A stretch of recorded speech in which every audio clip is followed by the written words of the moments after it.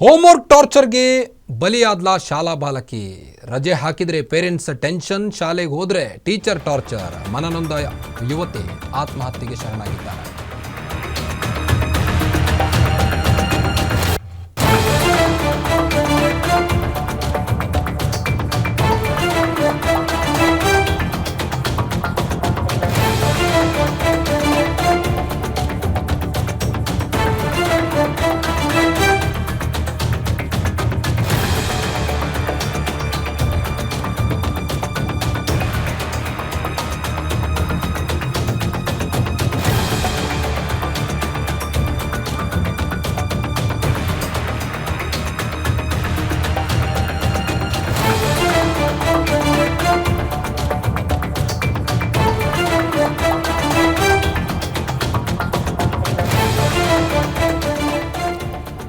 Homework ಟಾರ್ಚರ್ಗೆ ಶಾಲಾ ಬಾಲಕಿಯೊಬ್ಬರು ಬಲಿಯಾಗಿದ್ದಾರೆ.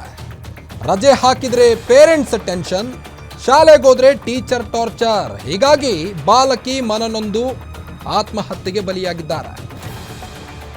Homework pending ಮಾಡಿಕೊಂಡು ಬರ್ತಾ ಇದ್ರಂತೆ. ಶಾಲಾ ಬಾಲಕಿಗೆ ಹಾಗಾದ್ರೆ ಆಗಿದ್ದೇನು? ಮನೆಯಲ್ಲಿ ಏನಾದರೂ ಟಾರ್ಚರ್ ಇತ್ತಾ? ಮನೆಗೆ ಹೋದ್ರೆ ಪೇರೆಂಟ್ಸ್ ಟೆನ್ಷನ್, ರಜೆ ಹಾಕಿದ್ರೆ ಶಾಲೆಗೋದ್ರೆ ಟೀಚರ್ ಟಾರ್ಚರ್. ಹೀಗಾಗಿ ಮನನೊಂದ ಬಾಲಕಿ ಈಗ ಸಾವಿಗೀಡಾಗಿರುವಂಥದ್ದು ದೃಶ್ಯದಲ್ಲಿ ನೀವು ಗಮನಿಸಬಹುದು. ಅವರು SSLC ವಿದ್ಯಾರ್ಥಿನಿಯಾಗಿದ್ದರು. ಇವರು ನೆಲಮಂಗಲದಲ್ಲಿ ಆದಂಥ ಘಟನೆ ಇದು. ಕುಸುಮ ಎಂಬ ಮೃತ ಬಾಲಕಿ ಬೆಂಗಳೂರು ಉತ್ತರ ತಾಲೂಕಿನ ದಾಸನಪುರ ಗ್ರಾಮದಲ್ಲಿ ಈ ಒಂದು ಘಟನೆ ಸಂಭವಿಸಿರುವಂಥದ್ದು. 15 ವರ್ಷದ ಮೃತ ಬಾಲಕಿ ಕುಸುಮ ಅವರು ಸಣ್ಣ ವಯಸ್ಸಿಗೆ ಇಂತಹ ನಿರ್ಧಾರ ತೆಗೆದುಕೊಳ್ಳೋದು ಸಾಕಷ್ಟು ತಪ್ಪು ಅಂತಲೇ ಹೇಳ್ಬೋದು. ಸಾಕಷ್ಟು ಹೋಮ್ವರ್ಕ್ ಪೆಂಡಿಂಗ್ ಉಳಿಸಿಕೊಂಡಿದ್ದಂತೆ ಬಾಲಕಿ. ಹೀಗಾಗಿ ಸ್ಕೂಲಲ್ಲೂ ಟಾರ್ಚರ್ ಕೊಡ್ತಿದ್ರಂತೆ, ಮನೆಯಲ್ಲೂ ಕೆಲವೊಂದಿಷ್ಟು ಟೆನ್ಷನ್ ಇತ್ತಂತೆ. ಹೀಗಾಗಿ ಮನನೊಂದು 15 ವರ್ಷದ ಬಾಲಕಿ ಕುಸುಮ ಆತ್ಮಹತ್ಯೆಗೆ ಶರಣಾಗಿದ್ದಾರೆ. ಇಲ್ಲ ಸರ್, ನಾರ್ಮಲ್ ಆಗಿ ಎಲ್ಲರೂ ಏನು ಹೋಮ್ವರ್ಕ್ ಇರುತ್ತೆ ಅದೇ ಇರುತ್ತೆ ಅಷ್ಟೇ, ಎಕ್ಸ್ಟ್ರಾ ಇಲ್ಲ. ಮಗು ಎಲ್ಲದನ್ನೂ ಚೆನ್ನಾಗಿ ಮಾಡ್ತಾ ಇದ್ದೆ ಸರ್. ಮಗು ಚೆನ್ನಾಗಿ ಓದುತ್ತೆ.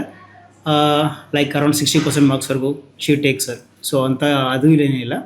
ಆ್ಯಂಡ್ ಮಾಮೂಲಿ ಏನಿರುತ್ತೆ ಹೋಮ್ವರ್ಕ್ ಇರುತ್ತೆ. ಬಟ್ ಪ್ರಾಜೆಕ್ಟ್ಸು ಹೋಮ್ವರ್ಕ್ ಆಗಲಿ ಯಾವುದೇ ಆದರೂ ಕೂಡ ಆ ಮಗುದು ಇನ್ಕಂಪ್ಲೀಟ್ ಇಲ್ಲ ಸರ್. ಚೆನ್ನಾಗಿ ಮಾಡ್ತಾಯಿತ್ತು, ಚೆನ್ನಾಗಿ ಓದ್ತಾಯಿತ್ತು. ಪಾಠ ಮಾಡೋರು ಅಷ್ಟೇ ಚೆನ್ನಾಗಿ ಕೇಳಿಸ್ಕೊಳ್ಳುತ್ತೆ ಮಗು. ಸೊ ಇಲ್ಲ ಆ ಥರದ್ದು ಯಾವ್ದು ಪ್ರಾಬ್ಲಮ್ ಇಲ್ಲ ಸರ್ ಆ ಮಗು. ಮಗು ಬಗ್ಗೆ ಯಾವುದೇ ಕಂಪ್ಲೇಂಟ್ಸ್ ಕೂಡ ಇಲ್ಲ. ಇಲ್ಲಿ ಟ್ಯೂಷನ್ ಇದೆ ಸರ್, ಇಲ್ಲಿ ಎಕ್ಸ್ಟ್ರಾ ಕ್ಲಾಸ್ ಇರುತ್ತೆ, ಸ್ಪೆಷಲ್ ಕ್ಲಾಸ್ ಇರುತ್ತೆ. ಸೊ ಸ್ಪೆಷಲ್ ಕ್ಲಾಸ್ ಮಾಡ್ತೀವಿ. ಸೊ ಅದರಲ್ಲೂ ಕೂಡ ಮಗು ಕೂತ್ಕೊಳ್ಳುತ್ತಲ್ವಾ. ಸೊ ಚೆನ್ನಾಗಿ ಓದ್ತಾ ಇತ್ತು ಸರ್. ಈಗ ಮಕ್ಕಳಿಗೆ ಏನಾದ್ರು ಒತ್ತಡ ಆಗ್ತಿದೆಯಾ ಸ್ಪೆಷಲ್ ಕ್ಲಾಸಸ್? ಮತ್ತು ಇಲ್ಲ ಸರ್, ಅಂದರೆ ಒತ್ತಡ ಅಂದರೆ ನಾವೇನಾದರೆ ಎಕ್ಸ್ಟ್ರಾ ಕೇರ್ ತೊಗೋತಿದ್ದೀವಿ ಅಷ್ಟೇ ಮಕ್ಕಳಿಗೆ. ಯಾಕಂದರೆ ಸರ್ಕಾರದ ನಮ್ಗೆ ಆದೇಶ ಇದೆ ಎಕ್ಸ್ಟ್ರಾ ಕೇರ್ ತೊಗೊಳ್ಳೇಬೇಕು 10th ಮಕ್ಕಳಿಗೆ ಅಂತ. ಹಾಗಾಗಿ ನಾವು ಎಕ್ಸ್ಟ್ರಾ ಕ್ಲಾಸ್ ತೊಗೋತೀವಿ ಸರ್ ಅಷ್ಟೇ. ಅದು ತುಂಬ ಹೊತ್ತೇನು ತೊಗೊಳಲ್ಲ, 1 hour ತೊಗೋತೀವಿ ಎಕ್ಸ್ಟ್ರಾ. ಅದು ಬಿಟ್ಟು ಬೇರೆ ಎಕ್ಸ್ಟ್ರಾ ತೊಗೊಳಲ್ಲ.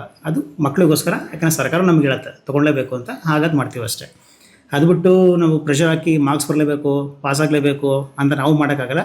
ಯಾಕಂದರೆ ಸರ್ಕಾರ ನಿಮ್ಗೆ ಗೊತ್ತಿರೋ 3 ಎಕ್ಸಾಮ್ ಕೊಟ್ಟಿದೆ. ಇವಾಗ ಒಂದು ಫೇಲ್ ಆದರೂ ಮತ್ತೆ ಒಂದು ಎಕ್ಸಾಮ್ ಮಾಡ್ಕೊಳ್ಳಿ ಅಂತ. ಸೊ ಆ ಥರ ಯಾವ ಪ್ರೆಷರ್ ಇಲ್ಲ ಸರ್. ಅಲ್ಲ, ಇವಾಗ ಅದೇನೇ ರೀಸನ್ ಅಂತ ಹೇಳ್ತಾ ಇರೋದು ಅವ್ರ ಪೋಷಕರು. ಯಾಕಂದರೆ ತುಂಬ ಹೋಮ್ವರ್ಕ್ ಅಂತ ಕೊಡ್ತಿದ್ರು, ಮತ್ತು ಟ್ಯೂಷನ್. ಸರ್ ಹೋಮ್ವರ್ಕ್ ಕೊಡೋದು ದಿನಕ್ಕೆ 2 ಹೋಮ್ವರ್ಕ್ ಸರ್. ಆ 2 ಹೋಮ್ವರ್ಕ್ ಕೂಡ ದಿನಕ್ಕೆ 1 ಪೇಜ್ ಇರುತ್ತೆ ಅಷ್ಟೇ. ಅದ್ರ ಮೇಲೆ ಇರಲ್ಲ ಸರ್ ಹೋಮ್ವರ್ಕು. ಓಕೆನಾ? ಒಂದು UT ಅಂತ ಇರುತ್ತೆ. ಆ UT ಅಂದರೆ 1 ಚಾಪ್ಟ್ರಲ್ಲಿ 4 ಕ್ವಶನ್ಸ್ ಕೊಡ್ತೀವಿ ಸರ್ ಅಷ್ಟೇ. ಅದನ್ನು ಓದ್ಕೊಂಬರಕ್ಕೆ ಹೇಳ್ತೀವಿ. ಅದು ಬಿಟ್ಟು ಬೇರೆ ಏನಿಲ್ಲ.